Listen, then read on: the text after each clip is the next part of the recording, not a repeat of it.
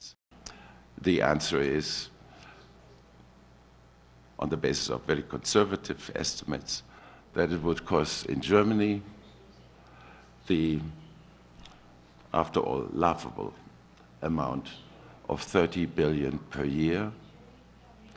Compared to what costs the bailout of the banks, it is nothing. And it would only be for a limited period of time before the fund, the revolving fund, is being refilled through a claim to repayment of the 60,000 euro at current prices from the inheritance of people who have received it, right? So it would last for 40, 50 years, or 50, 60 years, and then it would be, so it is cheap and fair and would have a greater liberation effect for the conduct of life than the steady stream of a meager basic income every month. Another proposal that could help to finance a basic income or a basic capital or a combination of both is the relatively new and unknown. I consulted a fiscal policy handbook which has everything that ever happened in the history of public finance, and I could not find one keyword. The keyword is progressive consumption tax. I think that is an idea whose future is still to come.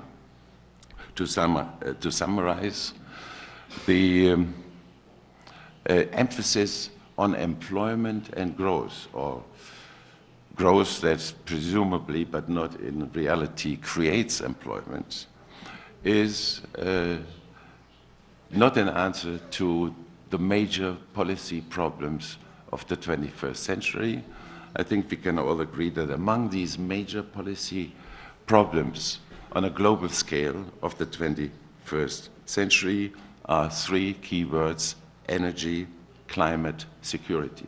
And these three are tightly interrelated: energy and climate, energy and security, also climate and security are tightly interrelated, and no growth and no employment is going to do anything about these three core policy problems, rather to the contrary.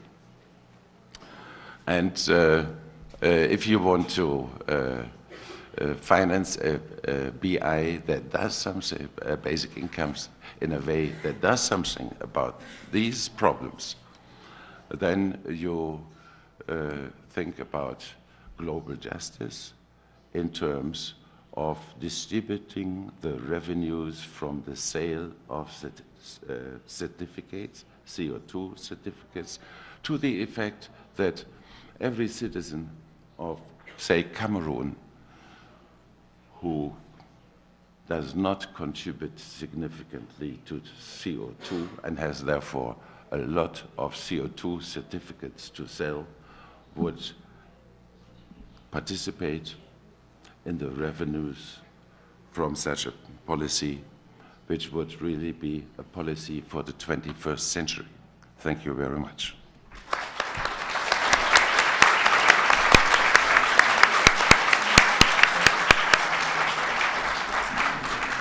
Muito obrigada, professor Claus Offe, por essa brilhante conferência, e eu vou passar imediatamente a palavra para o público, já que nós temos apenas 15 minutos do horário marcado para o término dessa sessão.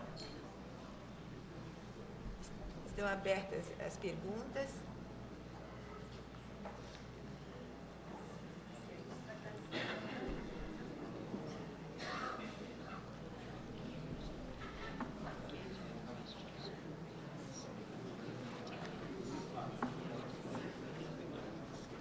Oh, it's picture taking.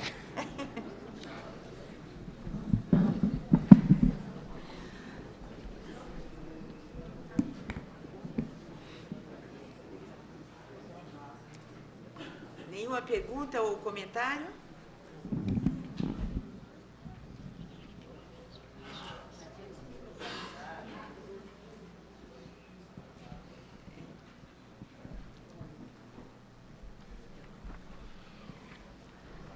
This is a question for Professor Offe.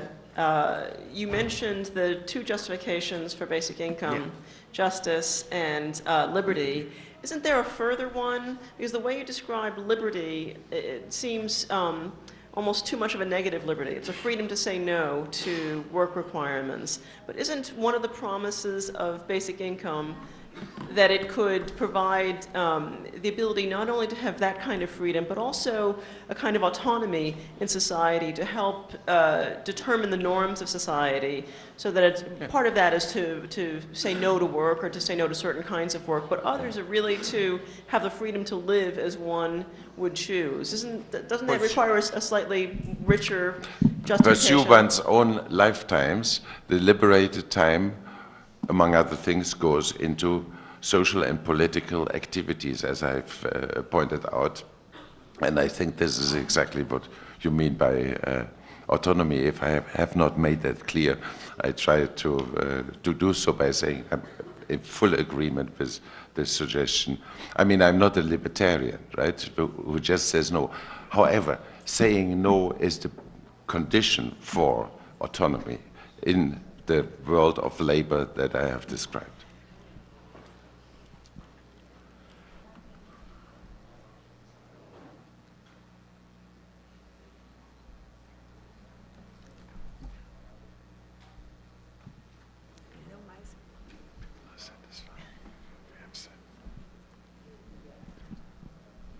I have a question to Professor Claus Offe.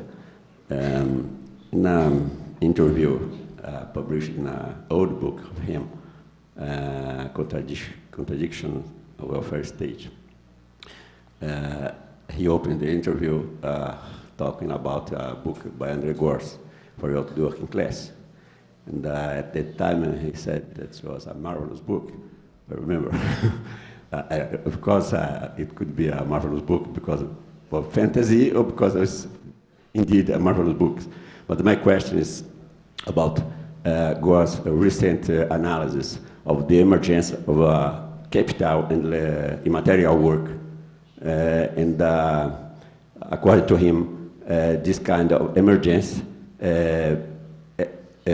prevent measurement of contribution in terms of labor value. And this, he used this base to argument in favor of unconditionality. I'd like to know if you consider this kind of immateriality as a new phenomenon to provide a base for an argument in favor of basic income. That's it. It's a difficult question or not? Yeah. What is difficult is that I do not, I remember the general argument of the book, but not the particular part that I referred to in this interview that I gave, if I'm not mistaken, in 1980, yes. So it's a long time, and okay, I would have to reread both Gorz and what I said about Gorz. It is